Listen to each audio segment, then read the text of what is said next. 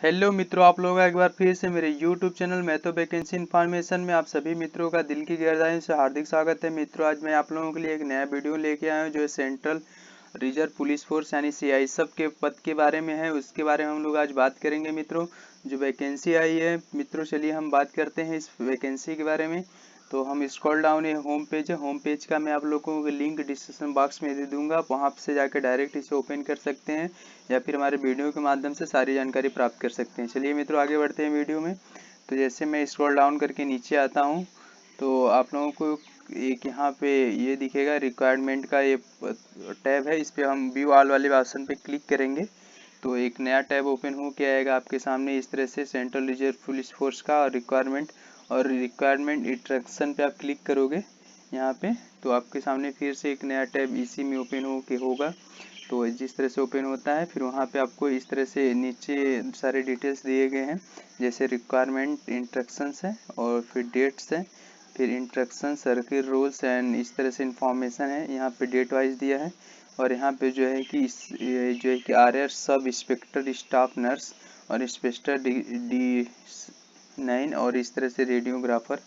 इस पर आप क्लिक करेंगे तो आपके सामने एक नया टैब ओपन होकर आएगा PDF का। ठीक है मित्रों, इस PDF का लिंक मैं डिस्क्रिप्शन बॉक्स में आप लोगों को दे दूंगा, आप वहां से भी पढ़ पाएंगे। ठीक है मित्रों, बाकी मैं नोटिफिकेशन के बारे में इसलिए आप लोगों को बता देता हूं क्योंकि फॉर्म भरने में आपको कोई भी प्रकार की परेशानी ना आए, क्योंकि फॉर्म भरने में ही दिक्कत लोगों को आती है और आधी जानकारी करोड़ों फॉर्म कहीं मिस कर देते हैं। इसलिए मित्रों, आप अगर फॉर्म कोई भी भर रहे हैं तो सबसे पहले आप नोटिफिकेशन को अवश्य एक बार पढ़ लें। नोटिफिकेशन पढ़ने के बाद ही आप फॉर्म फिलअप करें, क्योंकि इसमें सारी जानकारी आपको बारीकी से दी होती है, एक एक डिटेल्स। ठीक है मित्रों, तो इसलिए मैं पहले आपको इस नोटिफिकेशन के बारे में बताता हूँ, हर एक फॉर्म के नोटिफिकेशन के बारे में। चलिए मैं नोटिफिकेशन के बारे में आगे आप लोगों से चर्चा करता हूँ, मेरे साथ बने रहिए वीडियो में लास्ट तक। ठीक है मित्रों, इस वीडियो को प्लीज़ स्किप मत कीजिए या फिर इसको भगाइए मत, क्योंकि एक एक जानकारी भी बहुत ही महत्वपूर्ण होती है। तो मैं बात करता हूँ सेंट्रल रिजर्व पुलिस फोर्स के बारे में। इसका हेल्पलाइन नंबर है, अगर आपको कोई भी प्रॉब्लम हो रही है फॉर्म भरने में तो आप इस नंबर पे बात कर पाएंगे या फिर वेबसाइट पे आप विजिट कर पाएंगे। इस वेबसाइट का लिंक मैं डिस्क्रिप्शन बॉक्स में दे दूंगा, आप वहाँ से भी पढ़ पाओगे। ठीक है मित्रों, तो एडवर्टाइजमेंट नोटिस है इस तरह से, पैरामेडिकल स्टाफ एग्जाम 2020 इसके पद पे वैकेंसी आई हुई है। तो मैं बात करता हूँ इस वैकेंसी के बारे में। तो ओपनिंग डेट एप्लीकेशन स्टार्ट होगा आपका 20 जुलाई 2020 से। ठीक है मित्रों, और क्लोज होगा आपका, क्लोजिंग डेट जो है 31 अगस्त 2020। ठीक है, इसका रिटेन एग्जाम जो होने वाला है वो मित्रों होगा 20/12/2020 यानी कि 20 दिसंबर को इसका एग्जाम होगा मित्रों, इसलिए आप फॉर्म भर के पूरी तैयारी करिए। ठीक है, चलिए अब हम बात करते हैं इसके पोस्ट के बारे में। तो जिस तरह से यहाँ पे लिखा है application are invite for male and female, तो ये मेल एंड फीमेल दोनों कैंडिडेट के लिए है। फिर Indian citizen for the filling on the cavities by post of the group C and B&C। इस तरह से आप जो है कि B&C पद पे आप अप्लाई कर सकते हैं। तो पहला जिस तरह से इंस्पेक्टर डेट सिटाइज, तो इस तरह से लेवल इसमें एक पद है जो है जनरल के लिए और टोटल पद इसमें एक है। इसमें लेवल 7 ग्रेड पे स्केल की बात कर लेते हैं तो 7 पे लगेगा आप लोगों का। फिर जिसमें 44,900 से स्टार्ट होकर 1,42,400 होगा। ठीक है, इसमें क्वालिफिकेशन की बात कर लेते हैं तो क्वालिफिकेशन जैसे हो BSc होम साइंस से अगर आप हो या फिर होम साइंस इकोनॉमिक्स से हो, विथ इसके साथ जो है कि आप किसी भी स्टेट यूनिवर्सिटी या सेंट्रल यूनिवर्सिटी से आपने पढ़ा हो। फिर उसके बाद डिप्लोमा इन, इसमें आपका डिप्लोमा होना चाहिए। उसके बाद जो है कि आपकी एज होनी चाहिए 30 साल से कम। ठीक है, अगर SC ST कैटेगरी आप हो तो इस तरह से आपको छूट भी मिलेगी। आगे हम बात कर लेते हैं सेकेंड पोस्ट के लिए, तो सब इंस्पेक्टर है, स्टाफ नर्स का पद है। इसमें जो है कि आपको टोटल जनरल के लिए 81 पद है और फिर OBC के लिए 40 है, SC के लिए 26 है और ST EWS के लिए इस तरह टोटल पद आपको 75 है, 175। और इस पे 6 लेवल पे भी आपको सैलरी मिलेगी। इसमें आपको 35,400 से स्टार्ट होकर के 1,12,400 जाएगा। ठीक है, ये 12th पास पे है मित्रों। और उसके साथ आपको pass with the 3.5 year course in the diploma in general nursing, आपका 3 साल का जो है कि डिप्लोमा नर्सिंग होना चाहिए। ठीक है, उसके बाद जो है रजिस्टर्ड आप जो है कि किसी भी सेंट्रल या किसी भी उसमें काउंसलिंग में, नर्स वाले काउंसलिंग में आपका रजिस्ट्रेशन होना चाहिए। उसके साथ आपका एज जो होना चाहिए वो होना चाहिए 30 साल से कम। उसके साथ आज एज रिलैक्सेशन की बात सेम उसी तरह से रहेगा। फिर उसके बाद सब इंस्पेक्टर की हम बात कर लेते हैं। रेडियोग्राफर में तो जनरल के लिए 4 पद हैं, ओबीसी के लिए 3 पद हैं, फिर ईएससी के लिए 1 पद है, ईएसटी और ईडब्ल्यूएस के लिए 0 पद है।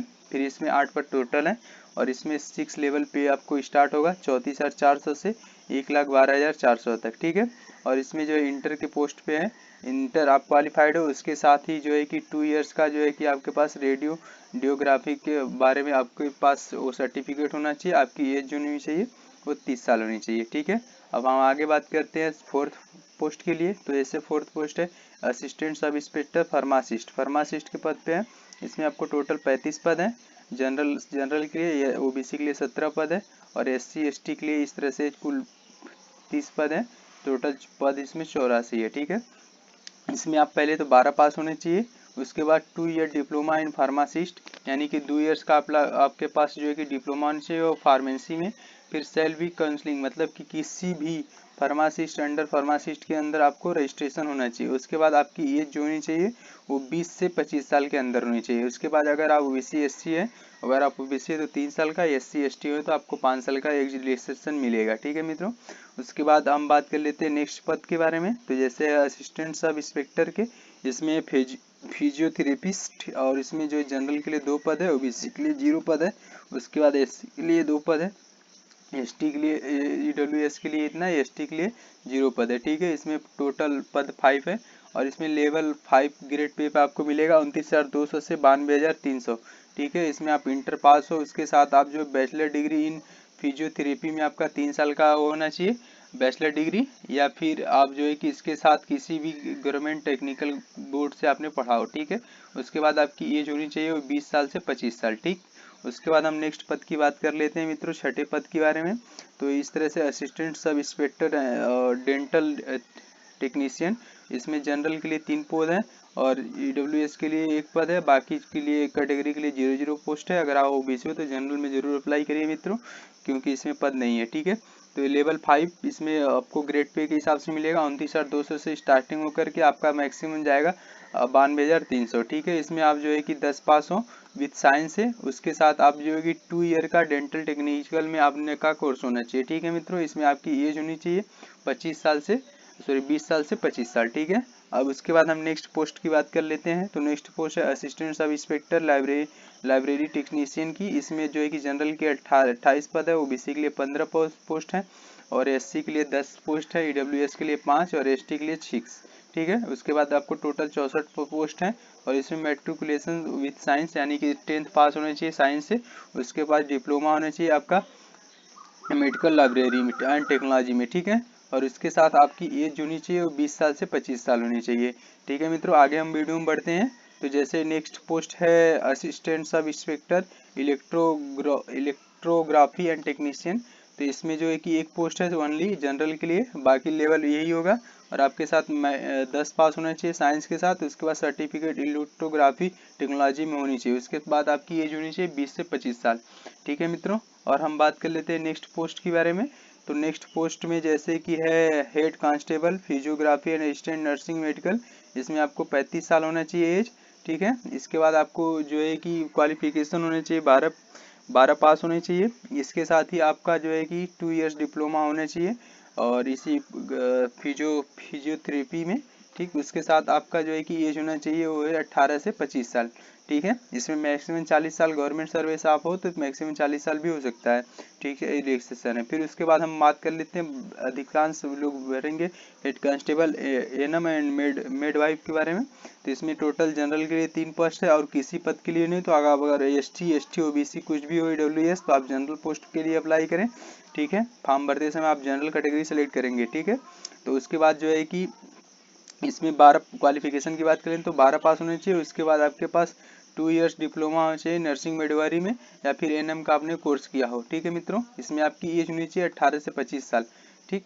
उसके बाद हम नेक्स्ट पोस्ट की बात कर लेते हैं। तो नेक्स्ट पोस्ट है हेड कांस्टेबल और डायलिसिस टेक्नोलॉजी। इसमें आपको जो है कि जनरल के लिए 5 पद है, ओबीसी के लिए 2 पोस्ट है और इसके लिए 1 पोस्ट है। और इसमें आपको लेवल 4 गेट्स पे आपको इसका पे ग्रेड है, उस पर आपको जो है कि 25,500 से सैलरी स्टार्ट होकर 81,100 रुपये तक जाएगी। और इसमें आप 12 पास हो, साथ में 2 इयर्स जो है डायलिसिस टेक्नोलॉजी आपके पास कोर्स होना चाहिए और इसके साथ ही 1 ईयर का आपके पास एक्सपीरियंस होना चाहिए, ठीक है, किसी भी हॉस्पिटल या इंस्टीट्यूट में। उसके बाद आपके जो है कि एज की बात कर लेते हैं, 18 से 25 साल आपकी एज होनी चाहिए, ठीक है मित्रों। उसके बाद हम बात कर लेते हैं head constable junior X ray assistant की। तो इसमें जो है जनरल पद के लिए 25 पोस्ट है और इसके बाद 23 पोस्ट, 12 पोस्ट, इस तरह से कैटेगरी वाइज है।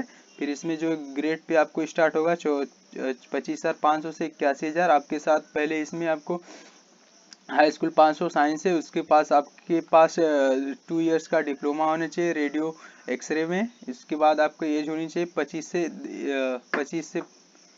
20 से 25 साल, ठीक है मित्रों। उसके साथ आपको जो है कि किसी भी गवर्नमेंट इंस्टीट्यूट में आपका रजिस्ट्रेशन होना चाहिए। फिर हेड कांस्टेबल लेबोरेटरियन की बात कर लेते हैं नेक्स्ट पद।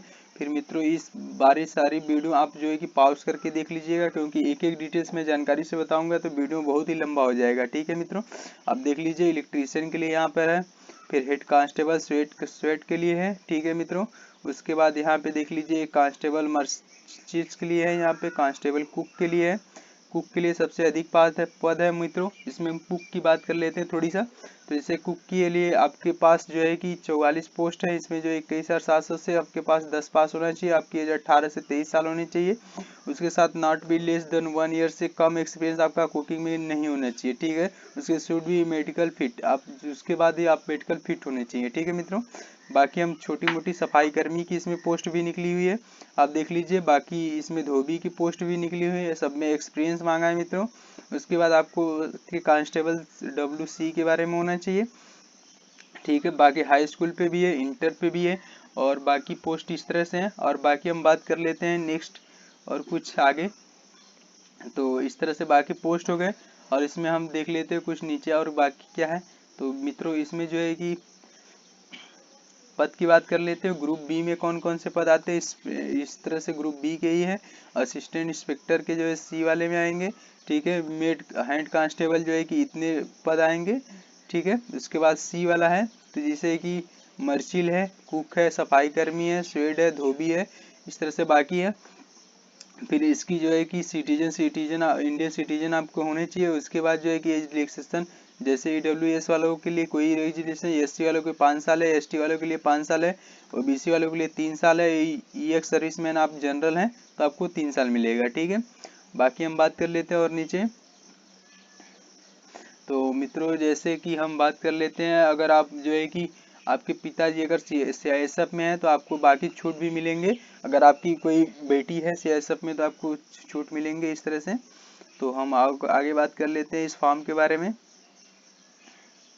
तो जैसे कि अगर हम हाइट की बात कर लेते हैं तो फॉर जनरल OBC AWS के लिए मेल कैंडिडेट के लिए 170 होना चाहिए मित्रों और चेस्ट फीमेल के लिए होना चाहिए 157। हाइट 157 होनी चाहिए। अगर मेल की मैं बात कर लूँ मिनिमम चेस्ट फुलाने के लिए तो 80 सेंटीमीटर और फीमेल के लिए कोई कंडीशन अप्लाई नहीं है। अब बाकी जो है कि कैटेगरी वाइज अगर आप गोरखा रेजिमेंट है तो 65, बाकी लोगों के लिए इस तरह से है। और अगर और मिजोरम मणिपुर इस तरह से है तो यहाँ के लिए जो है कि हाइट और चेस्ट के बारे में कुछ कमी दी गई है, जो छूट रहता है उस तरह से अवेलेबल रहेगा। ऑल इंडिया कोर्स है। फिर उसके बाद हम फिजिकल टेस्ट की बात कर लेते हैं। तो रेस आपको जो है कि मेल कैंडिडेट के लिए है जो कि 1 मील है 7 मिनट 30 सेकंड में और फीमेल कैंडिडेट के लिए 800 मीटर है 6 मिनट में। लॉन्ग जंप की बात कर लेते हो तो 5 फीट कूदना आपको 3 चांस दिए जाएंगे। अगर फीमेल कैंडिडेट की बात कर लेते हो 6 फीट आपको जंप मारनी है और 3 चांस में, ठीक है। हाई जंप की बात कर लेते हैं 3 फीट मेल कैंडिडेट के लिए और 3 चांस और फीमेल कैंडिडेट के लिए 2.5 फीट और 3 चांस, ठीक है मित्रों। अगर हम बात कर लेते हैं फिजिकल स्टैंडर्ड की तो भी बता दिया हाइट के बारे में ऊपर, आप लोगों को नीचे भी हाइट के बारे में दी हुई है, आप लोग देख लीजिएगा। अगर बाकी अगर अदर जो है कि फिजिकल मिजोरम, नागालैंड, सिक्किम, त्रिपुरा और इस तरह से है तो आप बाकी अपनी हाइट जो है वीडियो को पॉज करके देख ले सकते हैं। मेल एंड फीमेल कैंडिडेट दोनों। चेस्ट की बात कर लेते हैं, अगर इस तरह से आप जो है कि बिलोंग्स करते हैं, सिक्किम है, अगर ट्यूबलर है, SC ST है तो उनको बाकी सब में छूट मिलता है, उस तरह से आप लोगों को मिलेगा, ठीक है। रेस में और वेटेज में भी आपको जो है कि छूट मिलेगा इस तरह से, जो कि नीचे दिया गया है मित्रों। इसको आप वीडियो को पॉज करके देख लीजिएगा। आप अगर अदरवाइज है तो मैं जनरल बात कर रहा हूँ। अगर एग्जामिनेशन सिटी की हम बात कर लेते हैं तो एग्जाम सिटी यहाँ जो है कि 9 स्टेट में की जाएगी, जैसा है न्यू दिल्ली, हैदराबाद, गुवाहाटी, जम्मू कश्मीर, प्रयाग और अजमेर, नागपुर, मुजफ्फरनगर और पिलमपुर। ठीक है, इस एग्जाम की बात कर लेते हैं तो जो है कि सी ग्रुप वालों के लिए 200 एग्जाम फीस है और इंडियन पोस्टल जो है कि आर्डर के साथ इसे पे कर सकते हैं, ऑनलाइन भी डेबिट क्रेडिट कार्ड से कर सकते हैं। ठीक है, डेट की बात हमने ऊपर की थी, ओपनिंग डेट 20 जुलाई है और क्लोजिंग डेट जो है कि 31 अगस्त है। ठीक है मित्रों, आगे हम बात कर लेते हैं पोस्ट की, जैसे कि मैंने बात कर चुका हूँ ऊपर।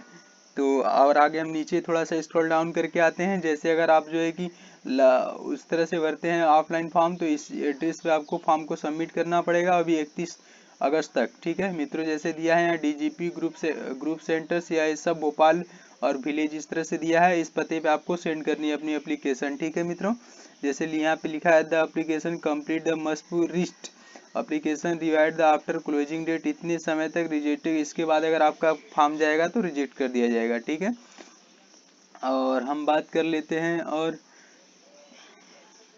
आगे हम बात करते हैं इस फॉर्म के बारे में। तो वीडियो बहुत लंबा हो रहा है मित्रों, लेकिन आप लोग लास्ट तक बने रहिएगा। और इसमें फिजिकल स्टैंडर्ड की बात है और इसमें फिजिकल स्पेशलिटी टेस्ट की बात है। ठीक है, बाकी सारे हम बातें कर चुके हैं ऊपर। और हम बात कर लेते हैं क्वालिफिकेशन, जिसे पार्ट 1 50 नंबर का आपका होगा। इसमें जनरल एलिजिबिलिटी हो गया 10 क्वेश्चन और reasoning 10 question, general answer 10 question, numerical attitude की बात कर लेते हैं तो 15 क्वेश्चन होगा पर 1 मार्क। अगर हिंदी इंग्लिश लैंग्वेज में से आपको एक कंपलसरी करना है, वो भी आपको 15 क्वेश्चन होगा, पर क्वेश्चन 1 नंबर आपको दिया जाएगा। ठीक है, उसके बाद जो है कि 50 क्वेश्चन पार्ट बी में भी इस तरह से आपको 50 क्वेश्चन होंगे। Question will be they command, जो जिस भी आप कैटेगरी से अप्लाई करेंगे उस कैटेगरी के रिलेटेड आपको क्वेश्चन दिए जाएंगे। और इसमें ऑप्शनली क्वेश्चन होंगे, मल्टीप्लाई क्वेश्चन होंगे मित्रों। ठीक है, अगर आप जो है कि अगर आप SI के लिए अप्लाई किया है तो आपको 50% टोटल मार्क आना चाहिए, उसी के बाद आप क्वालिफाइड मानेंगे। और BC SC कैटेगरी है तो आपको 45 मार्क। अगर आपने अदर पोस्ट के लिए अप्लाई किया है तो BC SC के लिए 40% मार्क होने चाहिए और जनरल EWS के लिए 45 क्वेश्चन। ठीक है, अगर बात आगे कर लेते हैं तो ट्रेड इस तरह से है। और अगर हम 20 नंबर का आपका इस तरह से होगा मार्क्स। ठीक है, बाकी इधर दिया है, आप इसको भी पढ़ लीजिएगा मित्रों, वीडियो बहुत लंबा हो रहा है। ठीक है, इस तरह से आप लोग हर एक टॉपिक को गहराई से पढ़ेंगे तभी आपको इस बारे में समझ में आएगी। अगर इसमें माइनस में भी मार्किंग है, इसको भी आप लोग बहुत अच्छी तरह से जान लीजिएगा मित्रों। साइज 1/4 हार्ड कापी भी लोग इसको भेजने के लिए। ठीक है, बाकी हम स्क्रॉल डाउन करके नीचे आते हैं। जैसे देखते हैं कोई नई जानकारी हो तो इस बारे में चर्चा करेंगे, बाकी आप लोग खुद इस वीडियो को पॉज करके देख लीजिएगा। बाकी जिस तरह से फिजिकल आई की टेस्ट होता है उस तरह से आई की टेस्ट है। बाकी कैटेगरी वालों के लिए जरूर ये देख लीजिएगा, आई टेस्ट बहुत ही जरूरी है, तो ये आप लोग देख लीजिएगा। आई टेस्ट आपकी होनी चाहिए क्लियर, नहीं तो आप जो है कि मेडिकल में फिट नहीं हो पाओगे मित्रों। ठीक है, और इस तरह से रही सारी जानकारी, लगभग मैंने सारी जानकारी बता ही चुका हूँ।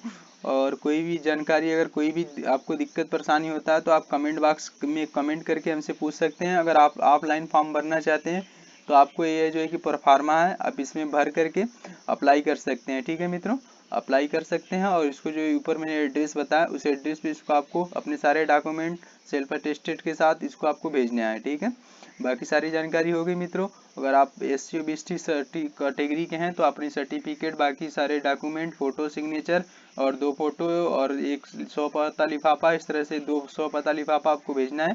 ठीक है मित्रों, अगर जानकारी पसंद आई तो चैनल सब्सक्राइब कर ले और इसी तरह के और भी वीडियो देखने चैनल सब्सक्राइब कर ले और बेल घंटा बजाए ताकि आने वाले हर एक वीडियो का नोटिफिकेशन सीधे आपके मोबाइल पे मिल पाए। ठीक है मित्रों, चलिए इतने लंबे समय से बने रहने के लिए आप लोगों का सहृदय धन्यवाद।